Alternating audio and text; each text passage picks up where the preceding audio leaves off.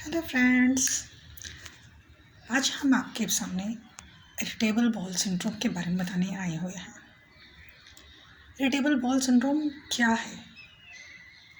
ये हमारे पेट संबंधी एक ऐसी बीमारी है। It's a disease related to our abdomen in which the patient complains for especially diarrhea, constipation, and also abdominal pain, a lot of severe abdominal pain, and cramping, bloating means whenever you will take anything, you are having anything, then you are going to complain. Yeah, it's not creating gastritis problem and bloating problem. By this means you have to use washroom again and again. So here the question arises, what are the symptoms? How I will recognize that we are suffering from irritable bowel syndrome? So the symptoms are abdominal pain, cramp, bloating, gastritis, nausea, diarrhea, constipation and a lot of stress. अब question तो आपके मन में उठ रहा होगा कि stress कहाँ से आया?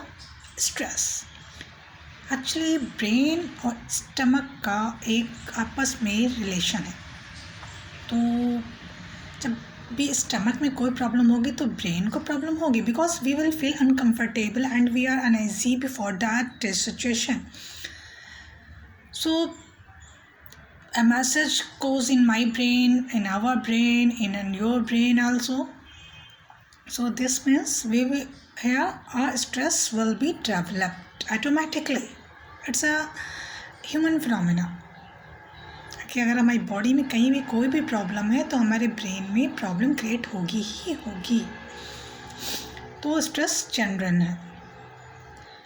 अब सिम्टम्स की बात करें तो कभी कभी ऐसा भी होता है कि जो आपको एब्डोमिनल पेन है या डायरिया है या कॉन्स्टिपेशन है, ये हफ्ते में 2-3 दिन बाद दिख जाए, या हो सकता है कॉन्टिन्यूसली हो. ये कुछ हफ्तों के लिए हो सकता है, कुछ दिन के लिए हो सकता है, या फिर it may be also for a month, 2 months or 3 months. It depends on our body and our also symptoms which are showing here. So here the main problem is that what's the causes for this irritable bowel syndrome के लिए जो भी causes हैं, it's not exactly cleared, such as are as follows. But here we can say हाँ, एक severe diarrhoea problem या constipation problem हो सकती है. इसमें पेशेंट को सबसे ज़्यादा प्रॉब्लम होती है कि इसका एब्डोमिनल पेन होता है, उसको डायरिया की क्रैम्पिंग होती है. It is suffering from that and for this he complains for that कि he cannot or she cannot digest anything, and if he or she is taking anything to have as a meal, as a snack, as a drink, then that body has to use washroom again and again, as I already told you. तो उसमें क्या होता है कि इसमें stools उसके कैसे हैं या उसको और क्या प्रॉब्लम है, उसके लिए सबसे पहले हमें डायग्नोसिस करानी पड़ती है. क्योंकि ऐसे तो हमारी प्रॉब्लम हमारी जो सीवियर गैस्ट्राइटिस प्रॉब्लम है उसमें भी होती है, बट हाँ कुछ हद तक वो कंपेयर करने पर ही मिलती है, ज़्यादा नहीं मिलती है. या फिर celiac disease, as you know it about that, if you know then celiac disease में क्या होता है कि हमारी जो ग्लूटेन होते हैं हमें डाइजेस्ट नहीं होते हैं, तो इसकी वजह से भी हमें प्रॉब्लम ये होती है. कुछ कुछ सिमिलरिटी है बट इतनी ज़्यादा भी नहीं है. तो उसके लिए हमें क्या आता है, सीलियक डिसीज़. अब उसको देखिए इरिटेबल बहुत सी कन्फ्यूज़न क्रिएट हो जाती है. कहीं में से तो नहीं है, कहीं में सीलियक डिसीज़ तो नहीं है, कहीं में ये प्रॉब्लम तो नहीं है, कहीं में गैस्ट्राइटिस प्रॉब्लम तो नहीं है. कुछ भी प्रॉब्लम क्रिएट हो सकती है हमारे माइंड में. तो उसके लिए हमें क्या करना होता है कि सबसे पहले diagnosis is must. Yes, to come any conclusion we have to take help of diagnosis. For this we have to go lab. There are some tests for that. पहला test blood test, stool test और other test भी हैं। Blood test में से हमें ये पता चलता है कि हमारे अंदर कौन से बैक्टीरिया डेवलप हो रहे हैं और क्यों और कितने परसेंटेज डेवलप हो चुके हैं। स्टूल टेस्ट से हमें जो हमारे स्टूल्स में ब्लड तो नहीं आ रहा है या हमारे स्टूल्स कैसे हो रहे हैं उसके बारे में पता चल जाता है। उसके अंदर क्या और प्रॉब्लम्स आ रही हैं, कहीं ऐसा तो नहीं प्रोटीन कंटेंट भी रिलीज़ हो जा रहा है, कुछ भी हो सकता है, एनीथिंग। जो अब अदर टेस्ट की बात करते हैं तो जब हमारे इन डायग्नोसिस में क्लियर नहीं होता है कि ब्लड टेस्ट या स्टूल टेस्ट से ज़्यादा हमें क्लियर नहीं हो पाता है, then doctor suggest for some other test like colonoscopy, endoscopy और सीटी स्कैन। कोलोनोस्कोपी एक ट्यूब कोलोन के थ्रू पास की जाती है जिससे कि हम हमारी लोअर एब्डोमेन की प्रॉब्लम्स क्या हो रही है अंदर वो हम चेक कर सकते हैं। उससे पता जाता है हमारे अंदर क्या भी प्रॉब्लम है। एंडोस्कोपी, इसमें एक लार्ज ट्यूब हमारी थ्रोट के थ्रू इंसर्ट की जाती है और जो कि हमारे अपर एब्डोमेन को चेक करते हैं, जहाँ पे इसके एंड पे एक कैमरा लगा होता है, वो सब उसको देखता है और वहाँ से भी हमें प्रॉब्लम पता है। सीटी स्कैन भी हमारे एब्डोमेन की प्रॉब्लम्स को, मसल्स की एक्टिविटीज़ को या फिर और क्या प्रॉब्लम उनको हाईलाइटेड करती है। तो it's depend on doctor what ever you suggest you. तो इसके थ्रू भी हमें पता चलता है कि हमें इरिटेबल बाउल सिंड्रोम है या नहीं है। अगर है तो उसके लिए कुछ हमें अपनी लाइफ के स्टाइल में, डाइट में कुछ मॉडिफिकेशन करना होता है। अगर जैसे कि अगर हम मेडिसिन की फर्स्ट की बात करते हैं तो मेडिसिन में हमें anti diarrhoeal drug, anti depression drug लेनी होती हैं या फिर वो ड्रग जिससे हमारे एब्डोमेन पेन होता है या गैस्ट्राइटिस प्रॉब्लम अगर ज़्यादा क्रिएट हो रही है तो उसके लिए यह लेना होता है। या कुछ एंटीबायोटिक ले सकते हैं जैसे कि आर्सीफैक्स ले सकते हैं 400 या 200 एंटीबायोटिक के फॉर्म में, ये इट्स गुड। इसी तरह से एंटी डायरियल ड्रग लार्कोमाइड ले सकते हैं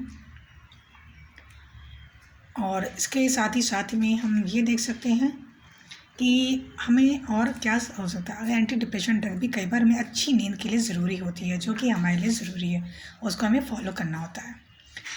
अब इसके अलावा हम आते हैं डाइट पर। तो डाइट की बात करें तो सबसे पहले डाइट के लिए हमें हाई फाइबर डाइट लेनी चाहिए।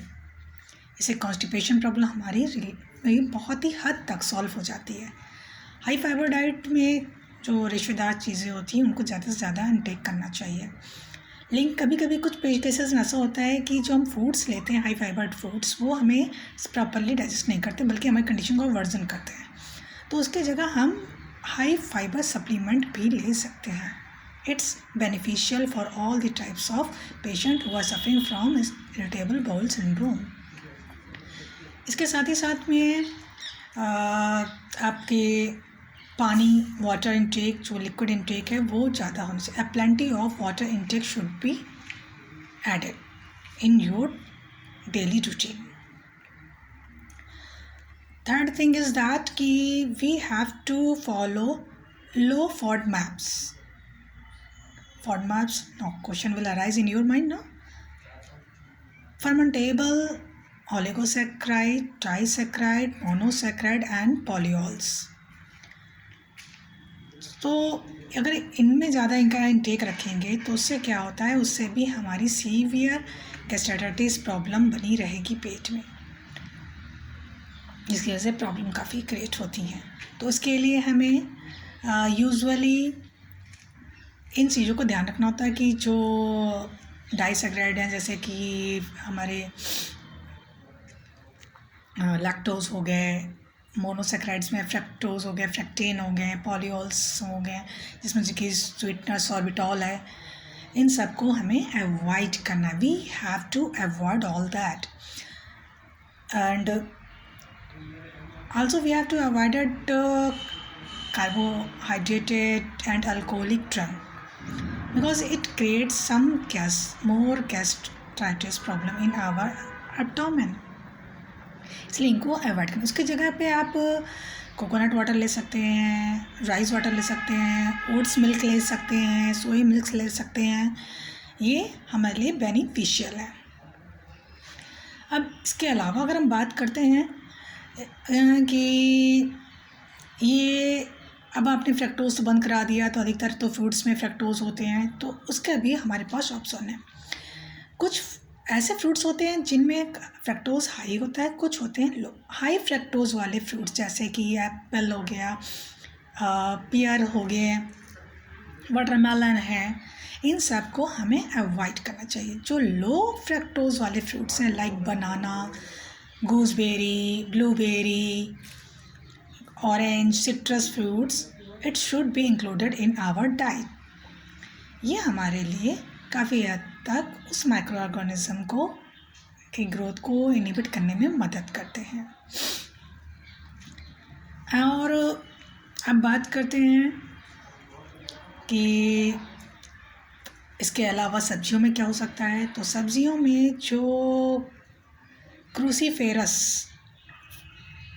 जो फैमिली के होते हैं लाइक कॉलीफ्लावर, कैबेज, ब्रोकली, इन सब को अवॉइड करना है। इसके अलावा हमें लेग्यूम्स, बीन्स, इन सब को भी अवॉइड करना चाहिए, क्योंकि जो बीन्स हैं और लेग्यूम्स हैं इनमें ऐसा सब्सटेंस पाए जाते हैं जो कि हमारे लेने पर हमारे पेट में उसको गैस्ट्राइटिस प्रॉब्लम और ज़्यादा बढ़ाते हैं, एब्डोमेन में जैसे ब्लॉटिंग प्रॉब्लम करते हैं, जिसकी वजह से हमें इनको अवॉइड करना चाहिए। इसकी जगह आप दूसरे फ्रूट्स या वेजिटेबल्स ले सकते हैं। वो वेजिटेबल्स जैसे कि आपकी बॉटल गार्ड हो गया, कुकम्बर हो गया है, जिंजर हो गया है, ठीक है, इनको ले सकते हैं। हाँ, अनियन गार्लिक नहीं ले सकते हैं आप।